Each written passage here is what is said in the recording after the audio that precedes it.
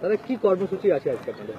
আজকে আমাদের ভারত জাকাত মাঝি পারগানা মহলের পক্ষ থেকে সারা পশ্চিমবঙ্গে সমস্ত রেল এবং জাতীয় সড়ক এবং রাজ্য সড়কগুলো অবরোধ কর্মসূচি চলছে।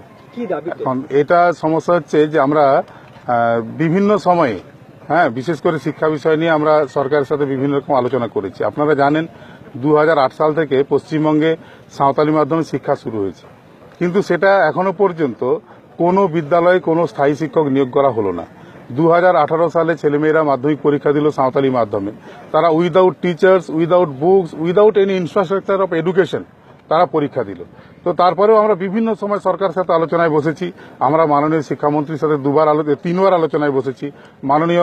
মাননীয় আমাদের মুখ্যমন্ত্রী ওনার সাথে আমরা একবার আলোচনায় বসেছি, কিন্তু শুধুমাত্র মৌখিক আশ্বাস ছাড়া আমরা আর কিছু পাইনি। অথচ আমাদের যে ছেলে মেয়েগুলো এখন পড়াশোনা করছে সাঁওতালি মাধ্যমে তারা অত্যন্ত দুরবস্থার মধ্যে আছে। তো সেই জন্য আমরা বিভিন্ন দাবি দাওয়া নিয়ে আমরা বিভিন্ন সময়ে আলোচনা করেছি, সরকারের সঙ্গে সহমত পোষণ করে সরকারকে বিভিন্নভাবে সহযোগিতা করেছি। তারপরেও কোনো রকম পদক্ষেপ নেওয়া হয়নি। তো এটা আমাদের শুধু জেলা ভিত্তিক নয়, এটা বিভিন্ন জেলাতে, যেমন আমাদের পশ্চিম মেদিনীপুর, ঝাড়গ্রাম, বাঁকুড়া, পুরুলিয়া, মালদা এইসব জায়গাতে আমাদের সাঁওতালি মাধ্যম শিক্ষা চলছে। তো এই সমস্যাগুলো যখন আমরা জেলা ভিত্তিক তুলে ধরছি, এগুলোতে কখনো রাজ্য সরকার কোনো মতে দৃষ্টি নিক্ষেপ করছে না। তো এই জন্য এইটা আমরা রাজ্য সরকার, আমাদের যে রাজ্য কমিটি আছে তাদেরকে বলেছিলাম, এই রাজ্য কমিটির পক্ষ থেকে এই কর্মসূচি নেওয়া হয়েছে এবং যথেষ্টভাবে আমরা সরকারকে সহযোগিতা করার পরেও সরকার আমাদের এইগুলোতে কোনো রকম দৃষ্টি নিক্ষেপ করছেন না। এই শিক্ষা ব্যবস্থা ছাড়াও আমাদের আরও বেশ কয়েকটা দাবি আছে। যেমন 1961 সালের যে ভাষা আইন আছে, সেই ভাষা আইনের মাধ্যমে আমরা চাইছি সাঁওতালি যে ভাষা, এই ভাষাটাকে শুধুমাত্র অলচিকি লিপি দিয়েই সেটাকে লেখা হোক, কিন্তু এখন আমরা দেখতে পাচ্ছি যে সেটাও সরকার করেননি। এছাড়াও উনি যখন আমাদের বর্তমান মুখ্যমন্ত্রী যখন ক্ষমতায় আসেন, উনি কথা দিয়েছিলেন যে এই রাজ্যে 900 স্কুল এবং 1800 টিচার দেবেন, কিন্তু আমাদের দুর্ভাগ্য কোনো টিচার সেরকমভাবে দেওয়া হয়নি। তাছাড়া আমাদের আরেকটা দাবি হচ্ছে যে আমাদের যে সমস্ত আদিবাসী সমাজকর্মীরা আছেন, তারা সমাজের যে সমস্ত সমস্যাগুলো আছে এই সমস্যাগুলো তুলে নিয়ে আসছেন এবং সরকারের কাছে এগুলো দৃষ্টি আকর্ষণ করছেন। তো সরকারের এগুলো ভালো লাগেনি। সরকার কি করলো না, সেই সমস্ত সমাজকর্মীদের যাতে সমাজের সাথে কোনো সংযোগই না থাকে তার জন্য তাদেরকে দূর দূরান্তে তাদেরকে পোস্টিং করা দেওয়া হচ্ছে।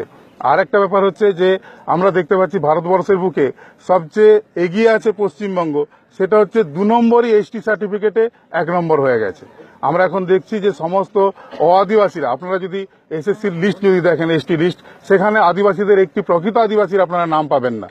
সেখানে বিভিন্ন অন্যান্য সব কাস্টের সব এসটি সার্টিফিকেট তারা যেভাবে হোক তা সংগ্রহ করেছে এবং তারা সে সমস্ত চাকরিতে অংশগ্রহণ করছে। আমরা এই সমস্ত বিষয়ে তাদের আমরা এগুলো চাইছি না এবং আমরা চেয়েছিলাম যে সংবিধানের 5ম তফসিল, অর্থাৎ আমাদের যে সামাজিক ব্যবস্থা আছে এই ব্যবস্থাটাকে জারি রাখার জন্য আমরা 5ম তফসিল দাবি করেছি, কিন্তু গভর্নমেন্ট এখনো পর্যন্ত কোনো রকম কোনো দৃষ্টি নিক্ষেপ করেনি।